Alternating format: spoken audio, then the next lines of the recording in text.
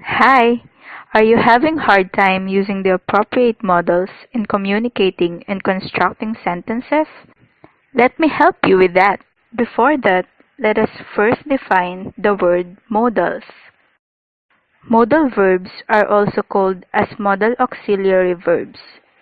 Modal auxiliaries, or simply modals, are those helping verbs that expresses the mode or manner of the main verb.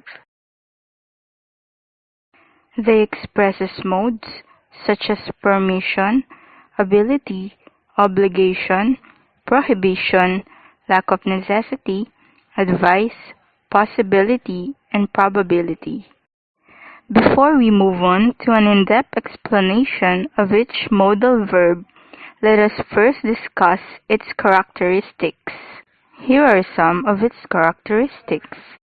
All modal verbs must be followed by a main verb in the base form except ought, which is followed by an infinitive. For example, Gemma ought pay her debts. It should be Gemma ought to pay her debts. In statements, the word order is subject plus modal plus main verb.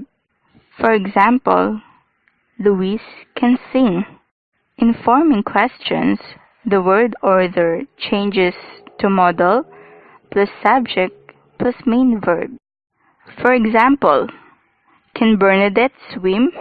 When forming negative statements, the negative adverb not is placed between the modal verb and the main verb. For example, you should not sleep in class. Now that we're done with its characteristics, let me now start discussing about each modal verb. Can and could.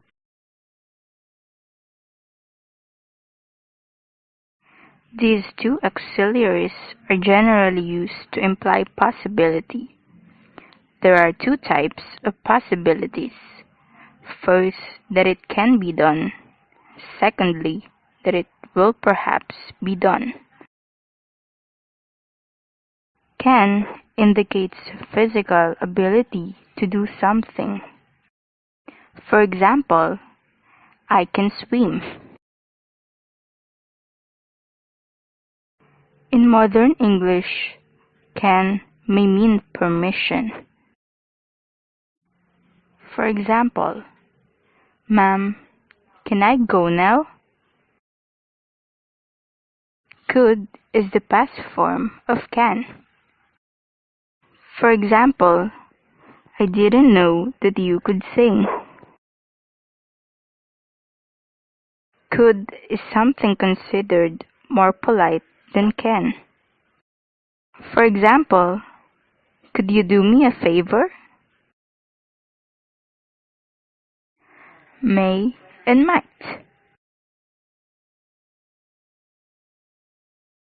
May indicates permission. For example, may I leave the room? May denotes possibility. For example, there may be a storm. May denotes a wish.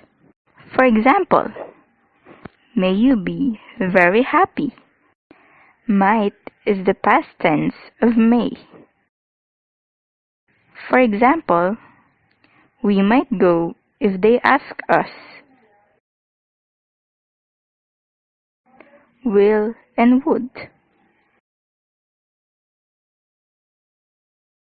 Will is used to denote desire or willingness. For example, I will do it for you. Will denotes a polite request. For example, will you please do this for me? Will may be used in exclamation or orders.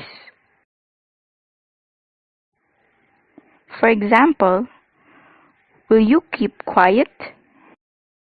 Would is the past tense of will, but it has a special uses of its own. Would indicates a past habit. For example, he would walk to school every day. Would indicates obstinacy. For example, he would play in the middle of the street, although I told him not to. Would indicates a wish. For example, would that, should, ought to, must, have to. Should is the past tense of shall, but it has independent. Should denotes obligation. For example, you should study more. Should denotes condition. For example, should you do this for me, I will reward you. Ought to, must, and have to denotes obligation. For example, you ought to do it. You must do it. You have to do it. Did you have fun while learning the different modal verbs? I have here some statements that will test your knowledge about our discussion. Fill each statement with the appropriate modals. He blank be here by now. The correct answer is he should be here by now. I blank swim quite well when I was younger. The correct answer is I could swim quite well when I was younger. You blank have discussed it with me first. The correct answer is you might have discussed it with me first. We blank to be going. The correct answer is we ought to be going. He blank take his medicine 3 times a day. The correct answer is he must take his medicine 3 times a day. I blank lift the suitcase by myself. The correct answer is I can lift the suitcase by myself. Blank I look at the questions now. The correct answer is may I look at the questions now?